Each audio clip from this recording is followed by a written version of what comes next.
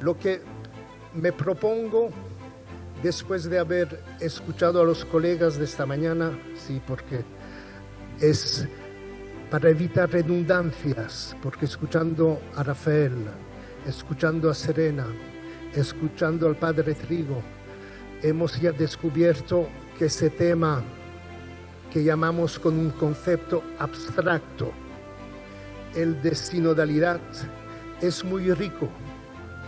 Se ha subrayado con la ponencia del padre Trigo el núcleo de la llamada sinodalidad o de nuestra condición eclesial, es decir, de discípulo y misionero, una condición que está arraigada en nuestro bautismo, y eso hay que subrayarlo, y el Papa Francisco lo subrayó al empezar el proceso sinodal el 9 de octubre del 2021, dijo que nuestro documento nacional de identidad o pasaporte es el del bautismo.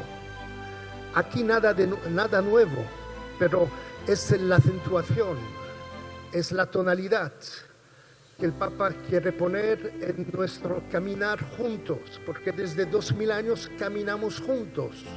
En ese sentido, la sinodalidad no es un tema de moda, como ha sido recordado esta mañana, es realmente nuestra condición. Así que os propongo de ir leyendo este pasaje del número 1 del informe de síntesis, muy curioso este pasaje, porque eso fue en el mes de octubre pasado. Durante esa sesión en la cual se presume que los que participan ya saben algo de lo que se va a hablar, pues el primer capítulo del informe de síntesis, es decir, de la síntesis de todo lo que fue no solo reflexionado, sino compartido a partir de una dimensión experiencial, todavía no estaba claro qué significa la sinodalidad. Así que podemos leer para que todos entiendan. La sinodalidad puede entenderse como el caminar de los cristianos con Cristo y hacia el reino, junto con toda la humanidad.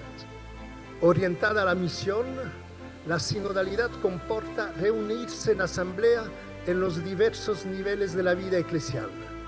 La escucha recíproca, el diálogo, el discernimiento comunitario, la creación del consenso como expresión del hacerse presente, el Cristo vivo en el Espíritu y el asumir una corresponsabilidad diferenciada. Aquí tenemos en sustancia lo que me propongo de exponer para evitar ciertas redundancias. A veces tendré, digamos, un aporte más testimonial. Había previsto, y lo tenían aquí ante los ojos, un PowerPoint con varios elementos, pues que iré pasando, comentando ciertos puntos y dejando de lado otros. Yo no vengo de vuestro terreno pastoral, no soy latinoamericano, soy europeo, soy belga, de madre valenciana española, de abuelo paterno de Mallorca. En cierto sentido, para mí, lo que descubro estos días, la semana pasada en Bogotá, y lo que descubro participando ayer por la tarde en un primer encuentro y sobre todo hoy y mañana con vosotros, es una realidad que solamente conocía en un modo relativamente teórico. Por eso agradezco a los organizadores de haberme invitado, porque es una experiencia que de todas formas, como cualquier experiencia que tomamos en serio, que nos transforma. Así que gracias, agradecimiento, y también tengo que decirlo, quedo muy honrado por vuestra invitación. Así que lo tenía preparado, este PowerPoint. Y la primera pregunta es lo que experimenté hace 3 años en Bélgica, Francia, la área francófona de Europa, Bélgica francófona, Francia, Suiza francófona. Es decir, ¿cuál es el tema de este sínodo? Y se nos decía en ese momento que era el tema de la sinodalidad.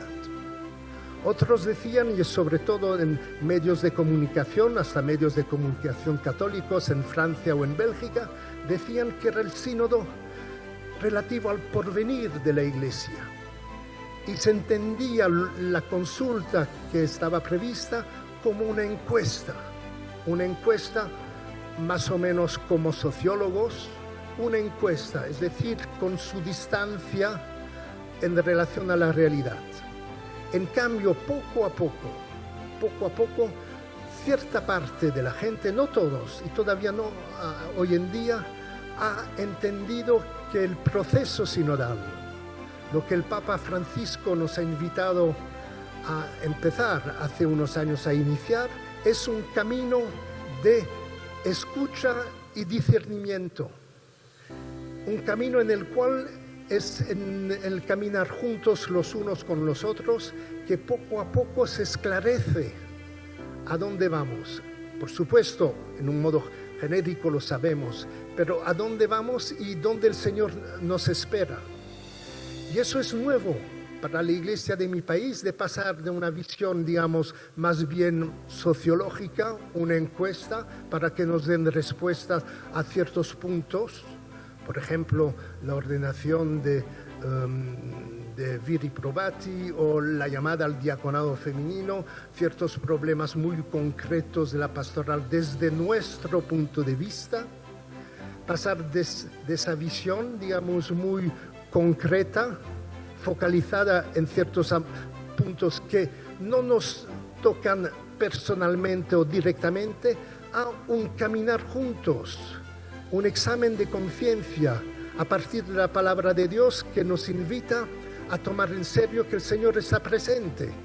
El Señor está presente, sigue presente a pesar de la situación de secularización que vivimos en el continente europeo, por lo menos en Europa occidental. Y cuando hablo de secularización no doy un matiz negativo a la palabra.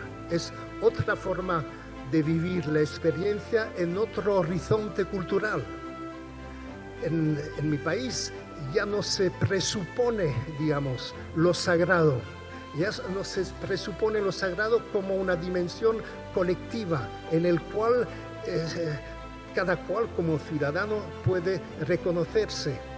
País secularizado, más allá de lo sagrado, pero con la convicción para los católicos y sus pastores, y es en particular la convicción del cardenal de Kessel, que hasta poco era arzobispo de Bruselas, de que el Señor sigue siendo presente, sigue presente en este contexto cultural. Lo mismo tenemos como experiencia en otros continentes. Eso lo subrayo para que tengáis en cuenta que lo que os voy a compartir es desde ese punto de vista. Desde ese punto de vista. No se trata de una encuesta, lo que muchos belgas pensaban, sino de un camino de escucha de la palabra de Dios y de discernimiento, en el cual cada cual se compromete. No se trata de pedir respuestas a requisitos que hacemos a la jerarquía o al Papa de Roma. No se trata juntos de ver cómo caminamos hacia este reino que ya está presente y que nos toca acoger, no en un sentido, digamos, de reconquista, sino de humanización de este mundo sagrado o secularizado, en el cual el resucitado sigue siendo el que nos abre el camino con la fuerza de su espíritu. La cuestión, pues, del tema del sínodo ha sido subrayada esta mañana, no voy a profundizar, lo recordamos, comunión. Y bien sabemos, la mayoría de nosotros, comunión, la palabra no viene de cum unio, de unión con, sino de cum munus, es decir, de un cargo, de un deber, de una responsabilidad con los demás. Cum munus, de ahí viene la palabra común, comunitario. Eso tanto en latín, como acabo de decirlo, como en griego. Comunión de gracia con Dios que nos ha venido a visitar, porque no se ha quedado en su cielo ni entre cielo y tierra, sino que se ha encarnado. Esa dimensión ha sido recordada esta mañana y eso es muy importante. Como discípulos del Jesús de Nazaret nos toca en nuestro propio ambiente seguir ese camino de acogida de Dios a la escucha de su palabra, Jesús, mediante la fuerza del Espíritu que vislumbra en un cierto sentido el porvenir que vamos buscando. El tema del sínodo, comunión de gracia. Dios, de forma inmeritada por parte nuestra, nos comparte su amor. Y eso creo que es muy importante, la comunión, como comunión de gracia, que vivimos juntos como hermanos y hermanas en la iglesia, la comunión eclesial de gracia, que se va creciendo mediante varias mediaciones, la palabra de Dios, el testimonio de los demás, los sacramentos, la santidad de algunos entre nosotros. Todas esas mediaciones son como las autoridades en la vida eclesial, es decir, autoridades que hacen crecer. Me gusta mucho el pensamiento de un teólogo y también filósofo francés, Michel de Certeau, que recordaba hace ya 40 años que en la iglesia no se puede hablar de la autoridad en un sentido singular, sino en un sentido plural, las autoridades, y que hay una circulación entre las autoridades. La autoridad mayor es la de Dios, que se nos viene, que viene en nuestra historia a través de un abanico de mediaciones, su palabra, su pueblo, los sacramentos de la fe, la santidad de unos cuantos, etc. Mediación de autoridades, es decir, lo que nos hace crecer. El camino sinodal es acoger esa variedad y no fijarse en una sola. Eso es importante tanto para la autoridad pastoral como para los demás. Comunión en esa variedad de autoridades, es decir, de mediaciones que nos hacen crecer como discípulos y misioneros. Participación, por supuesto, es casi decir lo mismo. Durante varios años enseñé eclesiología en un primer tiempo, pero también derecho canónico, el libro 2 del Código de Derecho Canónico, y decía a mis estudiantes, les recordaba que hablar de comunión como de participación es lo mismo, ya que habéis entendido que la etimología de la palabra comunión es cum munus, es decir, tomar parte. Tomamos parte de esa gracia de Dios a través de varias mediaciones, un Dios que sigue fiel a su propósito, es decir, el hecho que sobrevenga su reino de amor, para hablar como los sinópticos, pero si hablamos como San Juan, para que crezca la plenitud de vida que nos ofrece, o si hablamos como San Pablo, para que la fe, la gracia de la fe, nos permita seguir adelante. Comunión, participación y misión. Y esa dimensión es la consecuencia, pero no una consecuencia segunda, es inherente a la comunión. En francés hablo del faire part. Tomamos parte a la comunión y hacemos parte, la compartimos. Eso es el papel de la misión de la Iglesia, como primero sujeto, digamos, del testimonio de Jesús resucitado. Un faire part, un comunicar esa gracia de la cual vivimos y que no solo nos anima, pero representa una verdadera esperanza para la historia de los hombres. Eso es muy importante, comunión, participación, misión. Al principio de la dinámica sinodal, en el documento preparatorio del mes de septiembre del 21, hubo una pregunta general, la hemos oído esta mañana, ¿qué pasó? El Espíritu Santo pide a nuestra Iglesia para que sigamos fieles a nuestra vocación y a nuestra misión. Esa era, en sustancia, la pregunta general. Luego, en el mismo documento, hubo una serie de preguntas. Lo lamento un poco que se haya pasado de esa pregunta tan rica, en un cierto sentido, porque era muy abierta, a una serie de temas. Eso explica que muchos entendieron que el proceso sinodal era como una encuesta sobre cada tema, y eso era la equivocación desde el principio. En cambio, no.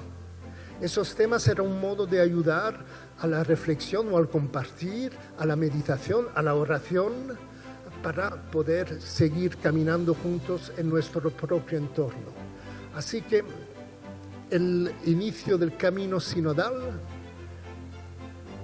estuvo en un cierto sentido lleno de equivocaciones, encuesta, discernimiento, cuestión general, temas específicos, y es poco a poco, andando adelante, que se ha descubierto realmente lo que el Papa quería hacernos vivir. Hablo siempre para Bélgica, es decir, ese discernimiento. No hablamos de los demás, sino hablamos de nosotros mismos con hermanos y hermanas en comunidades y en parroquias, a las cuales nos toca ser testigos de la presencia del resucitado.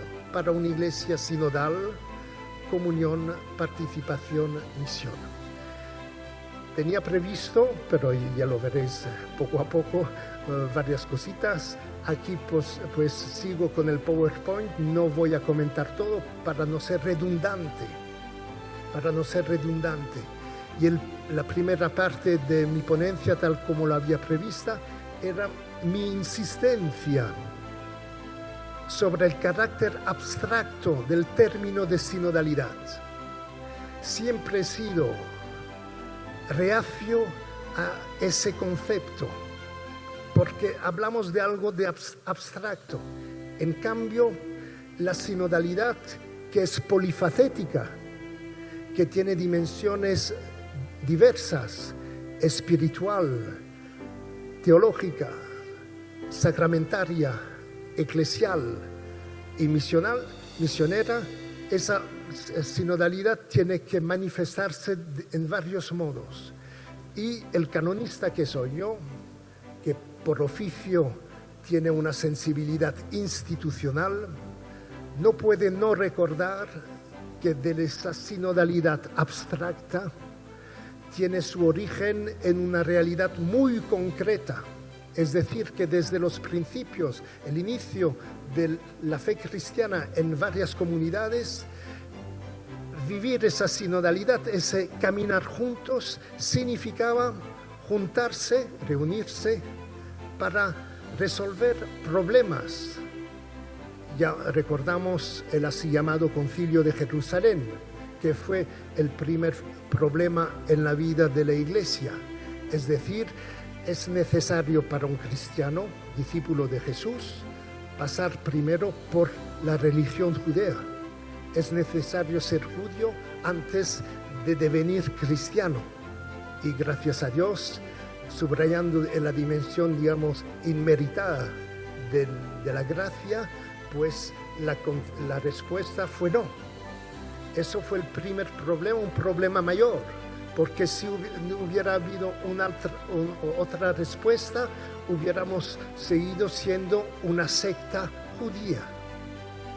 Eso doy como ejemplo porque el canonista que tiene esa sensibilidad histórica y por consecuencia una sensibilidad institucional, recuerda que los sínodos, es la palabra griega, y la palabra latina, los concilios, tanto particulares como universales, son momentos privilegiados y necesarios en ciertos momentos del caminar junto en la Iglesia para resolver problemas doctrinales, problemas disciplinares, etc. Eso me parece importante recordar esa dimensión institucional.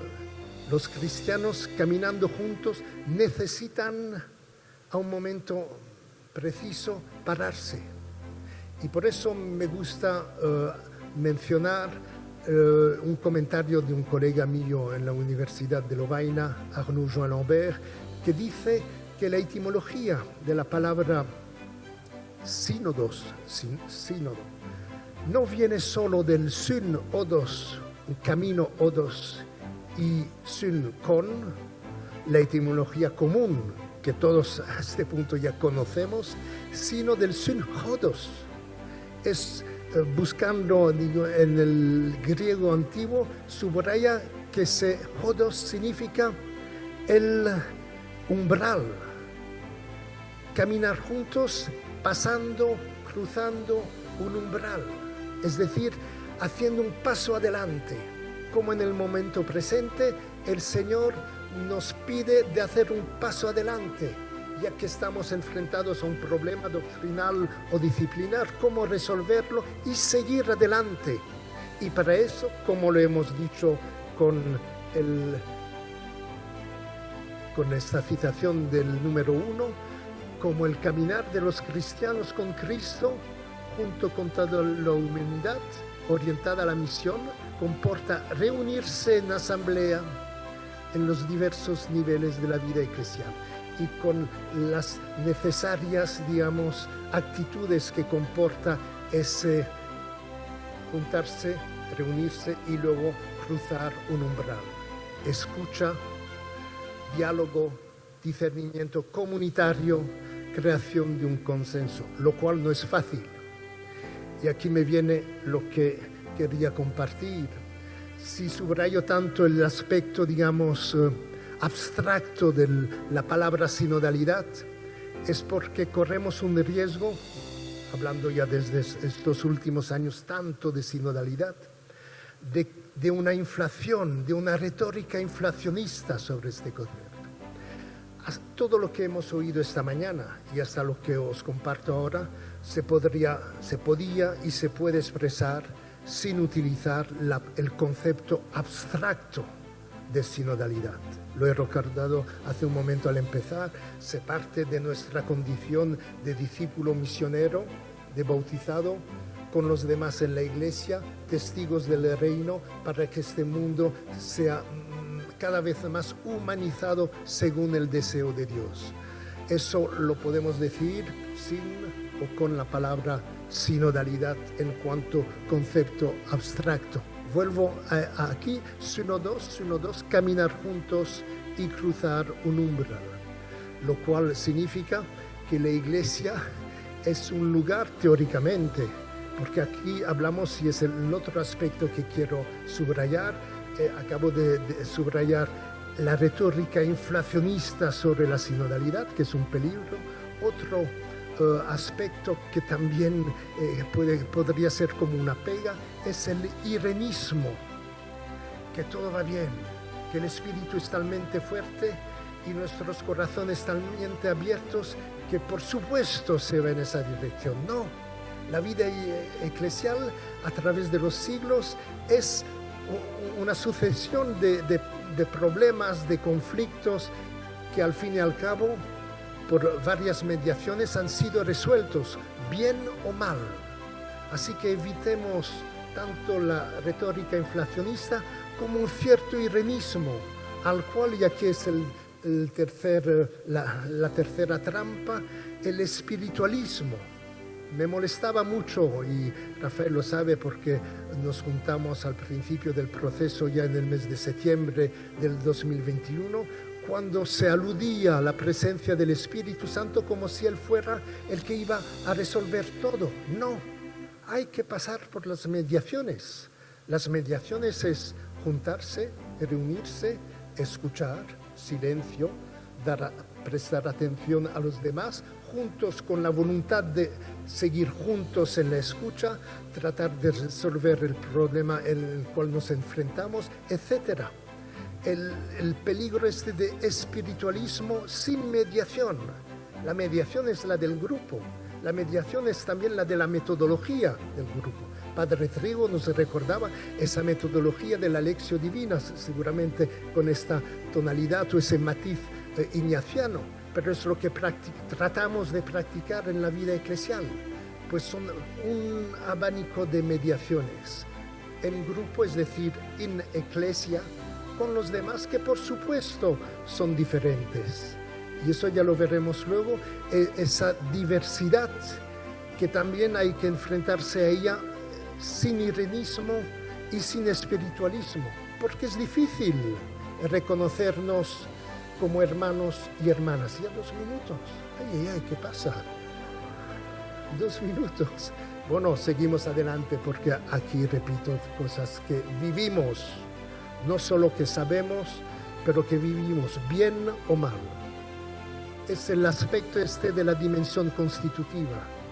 Han entendido que desde el origen de la fe cristiana, desde las primeras comunidades en su diversidad, la sinodalidad, es decir, el hecho de reunirse para escuchar a la palabra de Dios y resolver los problemas a los cuales nos enfrentamos, es una realidad constitutiva, históricamente y también en el fondo, digamos, teológicamente. No me gusta abusar de la palabra ontológicamente, pero es un hecho constitutivo de nuestro ser iglesia, es decir, un pueblo de hermanos y hermanas, un pueblo de hombres y mujeres que se reconocen hermanos y hermanas por haber sido restablecidos mediante el bautismo en su dignidad de hijos de Dios. Eso me importa mucho, esa correlación entre la filiación inherente al bautismo y la fraternidad inherente al bautismo. No es una primera etapa y una segunda, las dos juntas. Eso es ser cristiano en una iglesia sinodal y reconocerse en cuanto hermanos y hermanas. Esta mañana no se ha hecho una alusión explícita, pero lo que ha sido expuesto a partir de la experiencia, de la sensibilidad y del arraigamiento latinoamericano de vuestras comunidades es lo que se podría llamar con la Comisión Internacional un estilo. La sinodalidad es un estilo, un modo de ser, un modo de actuar como hermanos y hermanas, a pesar de los conflictos, las diferencias o las divergencias. Más allá de todo eso, el Señor nos llama a seguir adelante. En ese sentido es un estilo, y ese estilo es imprescindible, es la primera etapa. No podemos seguir adelante viviendo la sinodalidad o nuestra condición eclesial sin tener ese estilo. En latín, un habitus, un modo de ser, una forma de ser, pero que es realmente profunda en nuestra condición personal y colectiva, un estilo. Luego, la sinodalidad, que presupone, por supuesto, este estilo es un conjunto de estructuras y de procesos. Hablo como el Papa Francisco o su comisión, o como la Iglesia latinoamericana, que tiene más, digamos, una sensibilidad sociológica en estos términos. El canonista hablará de instituciones y procedimientos, pero es lo mismo, es lo mismo.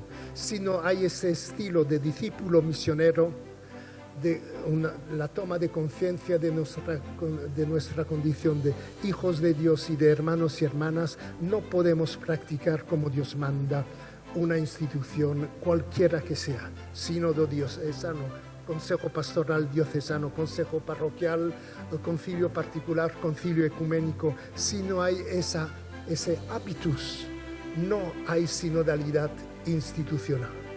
Y por fin un acontecimiento, eso ya no sigo en esto, recordamos como lo decía el Papa Francisco ya en el Evangelii Gaudium, que lo que importa es no caminar solos. Y en ese sentido hay que reconocerlo en la Iglesia Católica. Nos toca a todos y a los pastores en particular, nos toca profundizar esa conciencia de no caminar solos. Es lo que ha sido expuesto esta mañana con la articulación entre todos, algunos y uno. Y pienso que lo que ya se dijo hace un poco más de 40 años en el documento de Lima. ¿Qué era ese documento? Era el documento de la Iglesia Católica y del Consejo Ecuménico Mundial, que recordaba lo que ya se dijo en el 1927 en el Consejo Ecuménico, es decir, entre no católicos. Se recordaba que en la tradición de la Iglesia hay esa articulación del ministerio. El ministerio de los pastores no se concibe sin una relación a todos, es decir, a la comunidad, cualquiera que sea, parroquial, diocesana, etc. El ministerio pastoral no se concibe sin la colaboración de algunos. Es lo que dice el Papa, no caminar solo. Y el ministerio pastoral presupone también la integración personal de la misión concedida por ordenación o de otro modo de investidura. Eso es importante y me alegra que en el informe de síntesis de octubre pasado esa trilogía sea por fin integrada en la Iglesia Católica, porque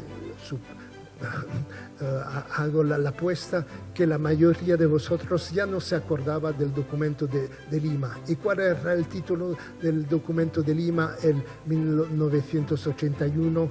Bautismo, Eucaristía, Ministerio. Y lo que comentamos aquí es el número 26 de la tercera parte, es decir, el ministerio. Y acabo con esto, porque en mis años de enseñamiento, de enseñanza en Derecho Canónico, a veces hablo itañolo, perdonen, es que se me mezclan los idiomas, siempre insistí sobre la equivalencia entre estos conceptos abstractos. Decir que la Iglesia sinodal es lo mismo que decir que los fieles, los bautizados, son corresponsables. Son dos puntos de vista diferentes. Decir que la Iglesia sinodal es afirmar la Iglesia como sujeto, la comunidad local, la diócesis, toda la Iglesia, como sujeto de acción y de derecho. La Iglesia es sinodal, pero lo es porque en su seno los fieles, es decir, los discípulos y misioneros, son corresponsables de esa misma gracia de la cual viven, tienen esa vocación de compartirla. Ahí está la perspectiva, digamos, de la misión, compartir la gracia que nos hace hermanos y hermanas, que nos hace reconocer restablecidos en nuestra dignidad de hombres y mujeres, hermanos y hermanas. Basta con esto, corresponsabilidad, pero como fue ya recordado esta mañana, es corresponsabilidad diversificada. Y eso volveremos en el tema. Carlos mañana nos hablará de los carismas. Es decir, un carisma, según San Pablo, es un don del Espíritu Santo, dado a cada uno para la edificación de todos y la misión de la Iglesia. Gracias por su atención.